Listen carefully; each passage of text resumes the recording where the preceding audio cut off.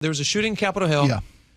Seattle Police Officers Guild made a post highlighting the benefits of cameras helping police and detectives to catch thieves and people doing bad things and to prevent crime from happening.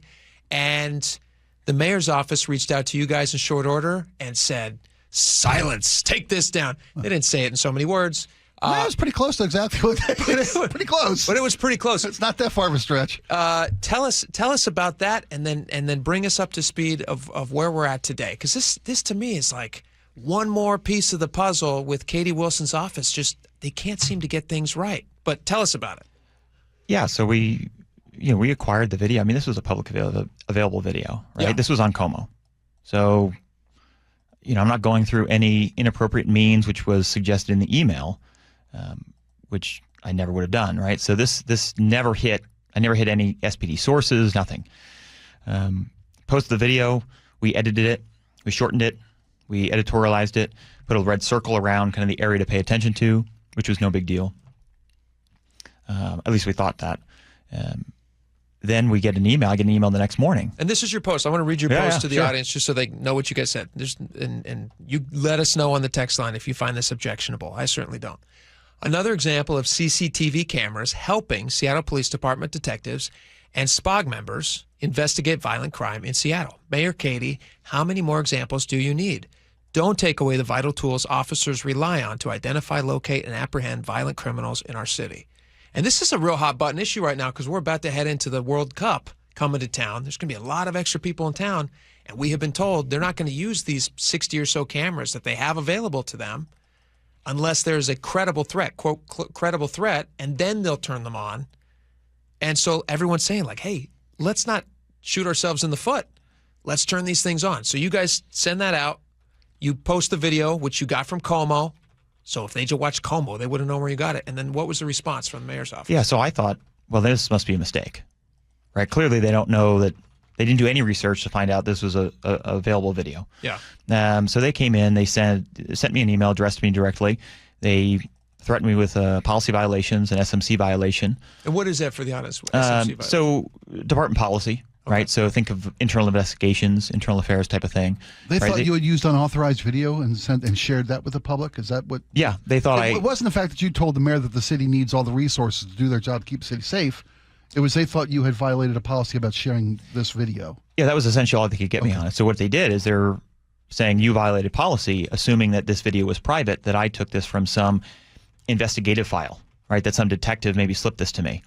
So I thought at first maybe you just didn't do the research. So we responded and we said, this is a publicly available video. Here's the link so you can view it for yourself. We said, SPOG is an independent organization and not subject to department policy. Should you need anything else, we're including our attorneys on this correspondence. And again, the initial email that you got was from Allison Holcomb, yes, who is the Executive Operations Manager for Public Safety for Katie Wilson's office. Correct. Okay. And she told you, these are her words, please pull the post immediately. Correct. Okay. Right? So we sent our response back stating basically just that. I think next day, so I thought clearly we've cleared up the issue here. Well, they doubled down, and then they further broke apart the post, and they said because of the edit, it wasn't the exact video because we put a red tracing circle, things like that. This has to be an investigation file because only a detective can do that. Edit videos? Edit videos and put a circle in there. Nobody has an iPhone that works for the mayor's office? 100%. I probably could have found an 8-year-old. Yeah, any kid in junior high can do this kind of work. Yeah, so there was that accusation that we're going further. So she finishes and says, essentially, this post undermines public trust in SPD, which I find pretty offensive. We're just pointing out that these cameras work. We should have more of them, right? These cameras are an unbiased witness to the crimes occurring in Seattle. Mm-hmm. So why would you not leverage that technology when you have a police department that's short by hundreds, you have a prosecutor's office that's short, you have the King County Prosecutor's Office, which is also short. So why would you not want to provide irrefutable evidence to these crimes? Doesn't that save everyone time? To make their and job resources? easier and more effective? 100%. So all the way down the line, this is effective. They said it was undermining the public trust in the SPD. because I pointed out that this video uses these cameras. Did you write back? No, our intention was to undermine public trust in your office. Well, that's why they responded. That's why they responded. Well, that's why they took it. At that point, we lawyered up. Oh my gosh! So why would they say that it undermines SPD? It's the exact opposite, because the SPD does not have the purview to say all these cameras have to stay on. That's the mayor's office. Yes. What you guys are highlighting is that they're making a political decision to not have equipment that's valuable and that helps keep people safe. They're deciding to not have it on. Right. And you're highlighting, hey, you know what? This recent shooting, another great example of why we want to have these cameras on. Well, this shooting, the 77-year-old man. That was one who was attacked down in Belltown. Yeah. Right. Perfect example. Both of the perpetrators in that crime were apprehended because of video. Yeah. We all watched it. And I think the suspect was arrested within like 60 to 90 minutes from when the media released it. Yeah. Right? So these cameras offer excellent quality, right? It's a huge tool for us. So why would you not want to leverage that technology, the irrefutable evidence, ease the prosecutor's job, right? I have you on this camera doing this thing. Yeah. Right? So why are we fighting this? So it starts as like ICE hysteria, and it's like, okay, but there's no proof to suggest that is happening. And what I'm not understanding, why can't you expand these cameras and also say, I'm conducting an audit and I'm going to make sure that no one has access to this but us? Yeah. Do both simultaneously. Can't both be fine? Yes. Can't we expand this? Well, I think the mayor's office feels they can't rely on the federal government's inability to obtain this information, right? I mean, because if I understand the situation correctly, the city of Seattle is following state law with regard to sharing information with the federal government for purposes of immigration law enforcement, right? That's the wall that the mayor is using to not share this information, or not even gather this information, because they're trying to comply with state law, and there's no guarantee that the Trump administration will not rule out using enforcing ICE for immigration at World Cup games, even though FIFA's asked them not to do that. But other cities, I mean, it's hard for the mayors to. Does this put the mayor's office in a tough position where they've got to respect state law and not record these because we can't guarantee that it won't be used for federal? Well, this data is deleted, right? It's not kept indefinitely, and it's only kept when you define that there's a crime happened, right? So that argument goes away because, listen, if I was collecting ALPR data for years, I could probably create some sort of a pattern, right, on somebody's movement. What is ALPR data? Automatic license plate reader, okay, for example, right, or any of this camera. Right. If I'm going to collect this stuff indefinitely, this data indefinitely, I can make an argument. It could be an argument that says I can now generate a pattern, right, to follow you, to put in your plate and this and that. Yeah. That's not happening. That data is being dumped. Goes away. It's only being grabbed. I mean, some of these cameras, we're actually having a problem where they're not keeping it long enough. So we don't find a crime soon enough. So a crime happens. The camera dumps it. We find out about the crime days later. It's too late. So we're almost going in the opposite direction of deleting some of this too soon for the purposes of crimes. Now, I'm not there to argue how long it should be, right, but I would say that you lose some of that argument the less you hold on to this data and this information. If it's not just immigration, if you're the concerns that the mayor's office expresses about this information being subjected to use for federal law enforcement, if that's not the only issue, is it a privacy issue for the mayor's office? I mean, do they feel that then let's take down the red light cameras, the speed cameras, the toll cameras, right? But those generate revenue, so we don't want to touch those. That's what I've been saying. No, I'm with you. So I think you it's lose not just privacy then. I think you lose that Big Brother argument personally. If you're not, you're relying on all these other. I mean, my license plate being captured. I would go through the tunnel, right? Oh yeah. I get no it in the problem. mail. My wife drives. I get in the mail regularly. Yeah. So when it's there to collect revenue, cameras, it's fine. Boom. So what's the mayor's office? They have had to retract this. So they retracted it. They were misguided, but they retracted it only after lawyers said, "Hey, by the way, we have a little." Well, lawyers and the media started digging around. Yeah. Right. So then, we sent a cease and desist letter along with preservation of evidence. Let me ask you a question. Future litigation if needed. Let me ask you a question about that, because they were basically up against a federal lawsuit that was going to happen. Yeah, if they did not retract that, we were going to file a declaratory federal action against the city of Seattle. Oh my gosh, that would have been something. We were going to file in federal court. So they narrowly avoided that. We were talking earlier about how Chief Barnes has to interact with this administration, with the new mayor and the mayor's administration, and how challenging that job must be to try to meet all the requirements that this administration is putting on law enforcement in town, while the chief of police is trying to secure the safety of a city. I mean, is the mayor making it harder to keep the city safe with these policies? I would find it hard to argue the other way. I know it's not really fair for me to put you in that position. I'll answer it. I know. I appreciate the change. It seems obvious. I think that again, just the cameras alone, you have tools, right? I don't know why we are not. SPOG is here to. We're going to put our opinion out for public safety.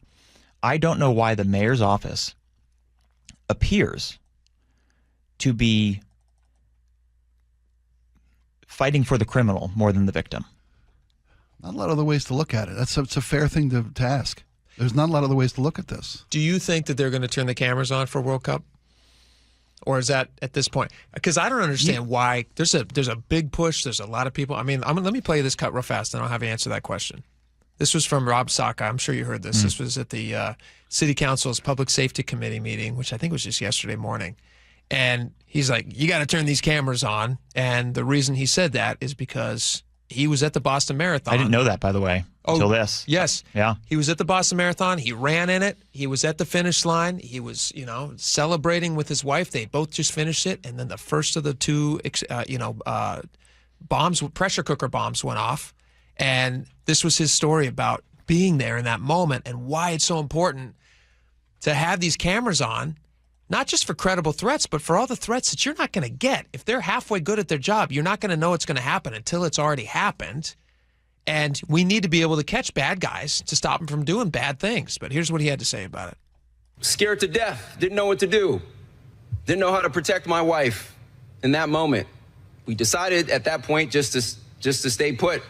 And I'll also never forget in the chaos and the confusion and the terror that unfolded in those moments after those bombs went off. I'll never forget, and I'll be forever grateful by the over 100, potentially hundreds of first responders, firefighters, paramedics, and yes, police, putting their safety on the line, running towards the danger to help keep us safe.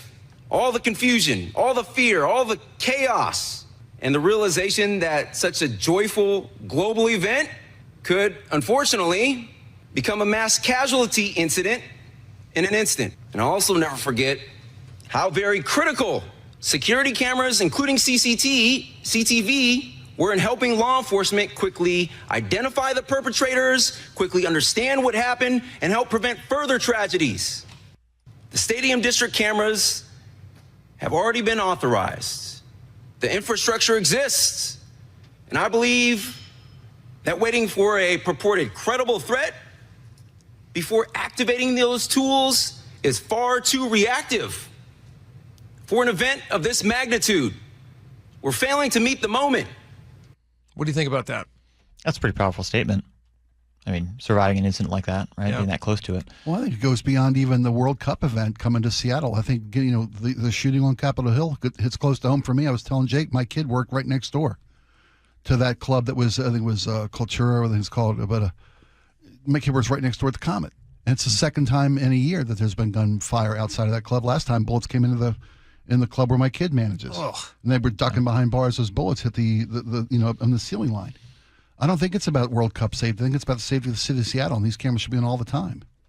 Yeah, the World Cup is just relevant because it's here. Come and go. It's close. And right? after it's gone, then we're going to still have a city that's got a tool that the mayor doesn't want to let the law enforcement community have access to. So do you guys think she's going to turn it on?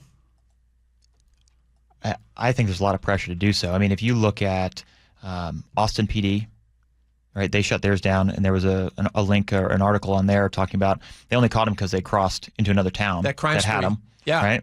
I think San Francisco PD put out something. There was something released that they're talking about their success.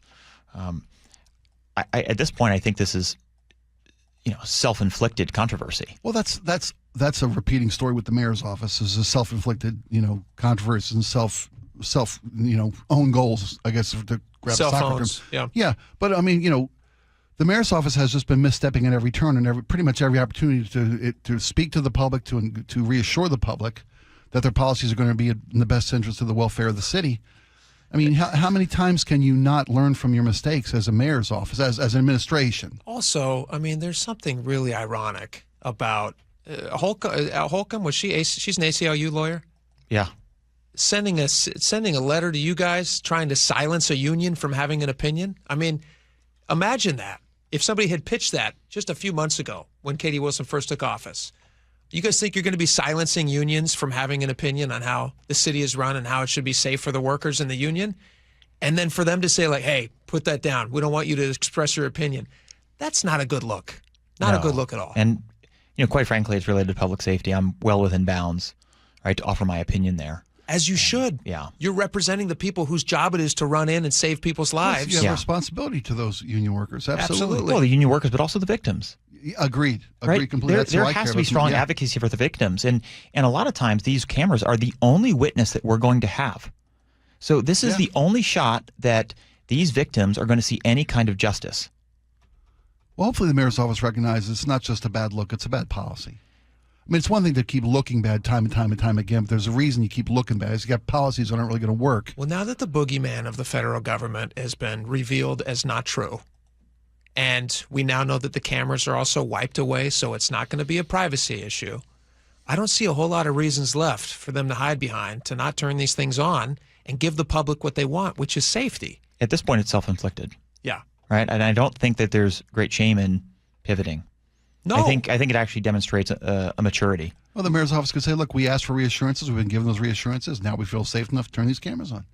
You could pivot very quickly, use that very verbatim easily. if you'd like to, Your Honor. Any good leader knows that they don't always make the perfect decision, and then they pivot, just like you were saying, Kent. You pivot to the right decision, and you say, hey, you know what? This is what is needed, and that's leadership. It shows maturity. We listened. We learned. I don't think a pivot on here would be criticized. I think at this point, you're going to get more criticism for not. It's not a loss. It's a win. Yeah. It would be a win. Kent Loux, SPOG, Seattle Police Officers Guild President, thank you for coming in. We appreciate this, and thank you for help keeping us safe. Yeah, thanks for having me. Yeah, absolutely. Appreciate you guys. Yeah, thanks for the work. We appreciate you.